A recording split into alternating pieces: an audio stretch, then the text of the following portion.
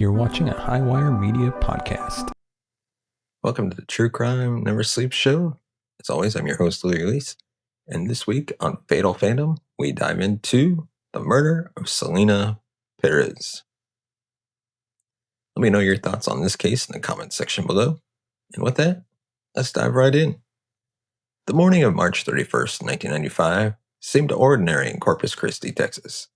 The sky was clear, the Gulf breeze warm, and in a modest motel near the shore, history was preparing to take a tragic turn. Selena Perez, known simply as Selena, was just 23 years old, but she had already become a legend. Beloved by millions, she had risen from humble beginnings to become the reigning queen of Tejano music. With crossover fame just within reach, her future sparkled with promise. But across the room from her stood a woman named Yolanda Saldívar, once a fan, later a close confidant, and now an embezzler on the edge of exposure. Their final confrontation was not a dramatic public showdown, but a quiet private reckoning behind a motel door. And within minutes, the vibrant voice that had brought so much joy to so many was silenced by a single bullet. This episode traces the intertwined paths of Selena and Yolanda, adoration to betrayal, from stardom to infamy. It's a narrative not only of a murder, but of trust exploited, fame endangered, and a community's irrevocable loss. This is the story of how one of the brightest lights in Latin music was extinguished, not by an outsider, but by someone from within her inner circle. It is a story about love, obsession, and the tragic cost of misplaced faith.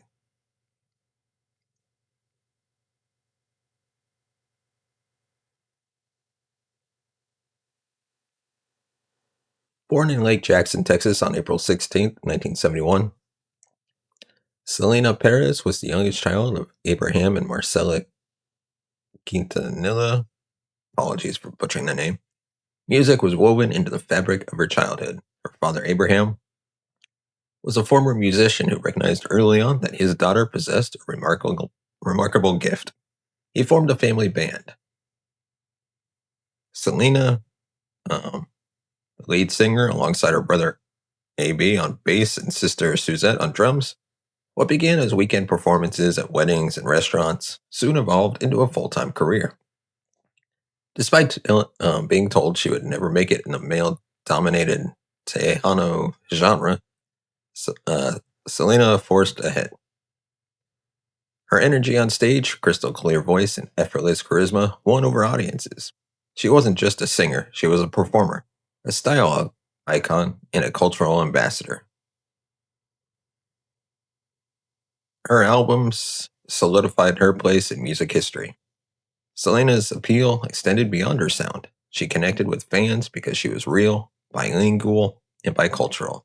She embodied the Tex-Mex identity that so many Latinos in the U.S. recognized, but rarely saw reflected in the media. Offstage, she was warm, funny, and humble. She loved fast food, shopping in the mall, and playing with her pet chicken. To her fans, she wasn't a distant superstar. She was one of them. Her talent and relatability made her more than just a musician. She became a symbol of pride. In 1991, a woman named Yolanda Saldívar entered Selena's life. A registered nurse from San Antonio, Saldívar was a devoted fan who approached Abraham Quintanilla with a proposal to launch the official Selena fan club. Abraham, impressed by her initiative, approved the idea, and Yolanda was soon running the organization from her home. The fan club grew rapidly under her leadership, eventually reaching over 5,000 members. Saldívar was persistent in her devotion, attending concerts, organizing events, and maintaining frequent contact with Selena and her family. By all appearances, she was tireless and trustworthy. Her role expanded quickly. When Selena launched her fashion boutiques, Selena, etc., Saldívar was appointed as manager. She now oversaw both the fan club and the boutiques, giving her direct access to financial operations and privileged relationships. To Selena, Yolanda was more than an employee. She was a friend. Selena often defended her when boutique staff complained about Yolanda's controlling behavior. Despite occasional concerns raised by employees, Selena continued to trust her. That trust became a blind spot. Over time, Yolanda's presence became more controlling. She inserted herself in every aspect of Selena's business and personal life. She presented herself as fiercely loyal, perhaps too loyal. She seemed to crave closeness and influence beyond what her role required. But Selena, ever trusting and kind hearted, saw only loyalty in Yolanda's devotion. What she didn't yet recognize was that this bond was far from mutual, it was rooted in obsession. By late 1994, rumors about Yolanda Saldívar's conduct began surfacing more frequently. Employees at Selena, etc., boutiques described as volatile and controlling. Some were reportedly fired for minor infractions, while others quit, citing hostile work environments. Fans who paid for merchandise or fan club items often complained that their orders never arrived. Selena's father, Abraham, who had always kept a watchful eye on his daughter's career, started investigating. What he found was alarming. Yolanda had embezzled thousands of dollars through forged checks and fraudulent bookkeeping. The boutique's finances were in disarray, and fan club funds had disappeared. Abraham, protective of Selena and their family business, confronted Yolanda with evidence of her misconduct. At first, she denied wrongdoing. Then she begged. She wept. She claimed misunderstandings. The facts were clear. Selena, however, remained conflicted. She felt betrayed, but still wanted to give Yolanda a chance to return missing financial documents, believing that recovering them might help clean up the mess. This decision put her at odds with her father, who urged her to cut Yolanda off entirely. Yet Selena, known for her compassion, may have wanted closure, or simply didn't believe her best friend would harm her. Selena made several attempts to retrieve the documents. Yolanda, however, stalled and delayed. Then, on the morning of March 31st, 1995, she called Selena, saying she was ready to hand everything over. They agreed to meet at the Days Inn Motel. It would be their final meeting. That morning, Selena picked up Yolanda at the motel and took her to a hospital first. Yolanda claimed she had been raped in Mexico. Doctors found no evidence to support her claim. They returned to the motel, and inside room 158, tensions finally reached their breaking point. Selena confronted Yolanda, demanded the documents, and told her that their relationship was over. Witnesses later described hearing a heated argument. Then at approximately 11:48 a.m., a single gunshot echoed through the hallway. Selena, bleeding profusely from a wound to her right shoulder, fled the room, leaving a trail of blood. She collapsed in the motel lobby and identified her shooter with chilling clarity. Yolanda, room 158. Despite being rushed to the hospital, Selena was pronounced dead at 1:05 p.m. The bullet had severed a major artery, causing massive blood loss. The news rippled across Texas in shockwaves. The beloved star was gone, not in a car accident, not due to illness, but murdered by someone she had trusted. Back in the motel parking lot, Yolanda locked herself in her pickup truck, gun still in hand. A tense standoff with police ensued. Over 9 hours, she threatened suicide, pleaded her case, and finally surrendered. She was arrested and charged with first-degree murder, but the damage was done. A generation lost its icon, and the world lost a voice it could never replace. The death of Selena shocked the Latin American community to its cores. News outlets interrupted regular programming. Radio stations played her music around the clock. Thousands gathered outside the motel and in her family home. In Houston, Los Angeles, and Mexico City, spontaneous vigils emerged. Fans wept openly, lighting candles, holding photos, and singing her songs. Selena had not only been a singer, she was a cultural mirror. Her death felt deeply personal. To Mexican Americans and Latinos across the United States, she represented more than entertainment. She was the embodiment of identity and pride. She had achieved the American dream while staying true to her roots.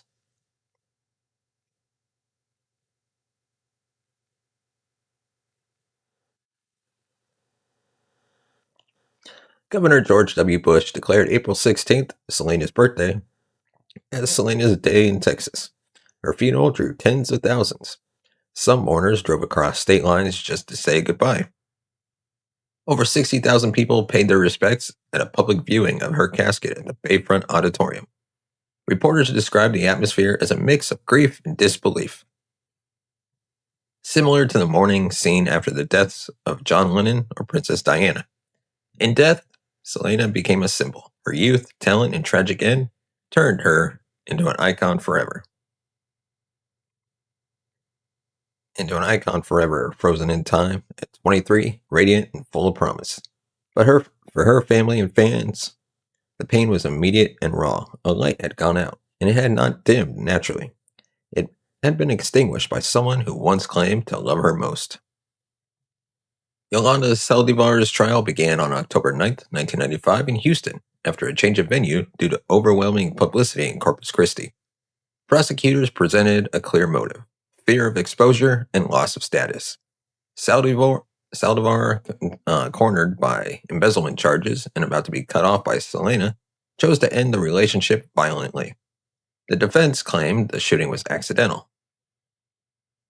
They argued Saldívar had intended to kill herself in front of Selena and that the gun discharged when Selena tried to intervene. But this version of events was contradicted by forensic evidence, witness testimonies, and most importantly, Selena's own final words. Selena had been shot in the back while trying to leave. There were no signs of struggle.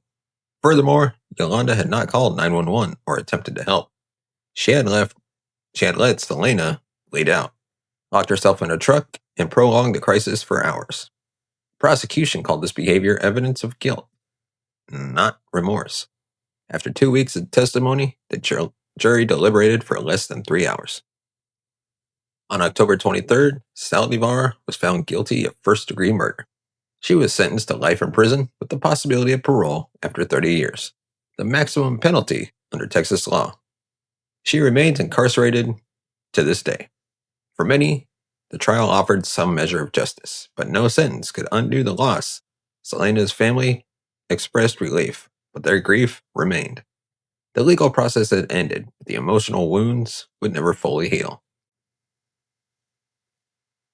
Selena's death catapulted her into the realm of cultural mythology. Almost instantly, she became more than a singer. She became a symbol of lost potential, artistic excellence, and Latina empowerment. The posthumous release of her crossover album, Dreaming of You, debuted at number 1 on the Billboard 200, the first Spanish-language album to do so. Hollywood soon took notice. In 1997, the biographical film Selena, directed by Gregory Nava and starring Jennifer Lopez, brought her story to millions more. The film was a commercial success and is credited with launching Lopez's career. More importantly, it introduced Selena to audiences who hadn't known her during her lifetime, ensuring her legacy continued to grow. Documentaries, tribute albums, and biopics followed, from behind the music specials to Netflix's dramatized series, Selena, the series in 2020. Her story has been retold many times, each retelling further cements her status, not just as a victim, but as voice silenced too soon. In media portrayals, Yolanda Saldívar became the embodiment of betrayal. Often depicted as jealous and manipulative, her character served as a foil to Selena's innocence. While the framing is dramatically effective, it also reflects a deeper cultural need to understand how something so tragic could happen and to assign clear moral boundaries between victim and perpetrator. Selena's mythos lives not in her death, but in the celebration of her life. Yet the media, in chronicling the story, ensures that both the glory and the grief remain etched in public memory. Selena's impact has continued to resonate for decades, not just through her music, but in the cultural and academic spheres. Her life and legacy have become the subject of university courses, feminist critiques, and sociological research. Scholars examine her as a figure who defied both gender expectations and racial marginalization. As a bicultural icon, she symbolized, I'm going to butcher this, and apologies, the mestiza identity straddling Mexican and American worlds with grace and pride. The tragedy of her murder prompted discussions about the nature of fame, particularly among women of color. It also sparked wider debates on security, fan culture, and exploitation. Unlike other celebrity deaths caused by overdose or car crashes, Selena's death was interpersonal. It highlighted how the boundaries between professional, personal, and parasocial relationships can dangerously blur. Her legacy can be seen in art, fashion, and activism. Murals bearing her image adorn walls from LA to Houston.